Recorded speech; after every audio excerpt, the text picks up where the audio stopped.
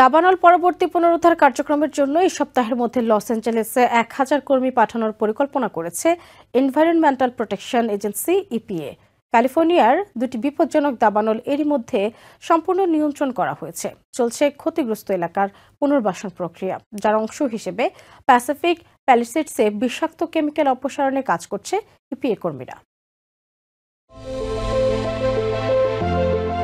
ক্যালিফোর্নিয়ার ইতিহাসের অন্যতম ভয়াবহ দাবানলের সূত্রপাত এই প্যাসিফিক প্যালিসেডস থেকেই। দাবানল পরবর্তী পুনর্বাসন কার্যক্রমের অংশ হিসেবে ক্ষতিগ্রস্ত এলাকা থেকে বিপজ্জনক ও বিষাক্ত কেমিক্যাল অপসারণে ব্যস্ত সময় পার করছেন এনভায়রনমেন্টাল প্রোটেকশন এজেন্সি ইপিএ এর কর্মীরা।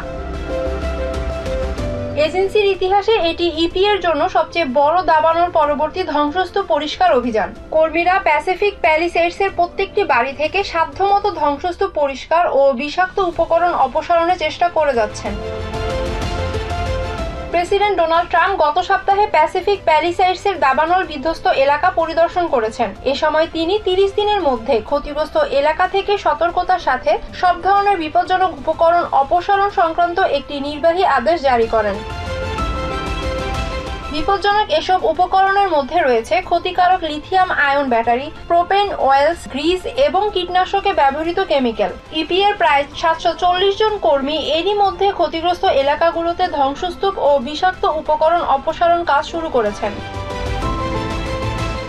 এছাড়া সপ্তাহ শেষে পুনরুদ্ধার কার্যক্রমে অংশ নিতে আরও 1000 কর্মী যোগ দেবেন বলে আশা করা হচ্ছে। দাবানলে ক্ষতিগ্রস্ত 13,000-এর বেশি আবাসিক এবং 250টি বাণিজ্যিক স্থাপনা থেকে বিপজ্জনক এসব উপকরণ অপসারণের জন্য ইপিএ তাদের কর্মীদের 60টি দলকে একত্রিত করেছে। কর্মীরা সাধারণ মানুষদের সুরক্ষা নিশ্চিতের সর্বোচ্চ চেষ্টা করে যাচ্ছেন। তারা বিধ্বস্ত এলাকাটি দ্রুত পুনর্বাসনে কর্মী সংখ্যা বৃদ্ধির সিদ্ধান্ত নিয়েছেন। পাশাপাশি যত দ্রুত সম্ভব বিপজ্জনক এসব উপাদান অপসারণে যথাসাধ্য চেষ্টা করে যাচ্ছেন। এরই মধ্যে আগামীকাল সকাল 8টায় পুনরায় জনসাধারণের জন্য খুলে দেওয়া হচ্ছে দাবানলে বিধ্বস্ত Pacific Palisades. Humaira Ira, TVN 24 news desk.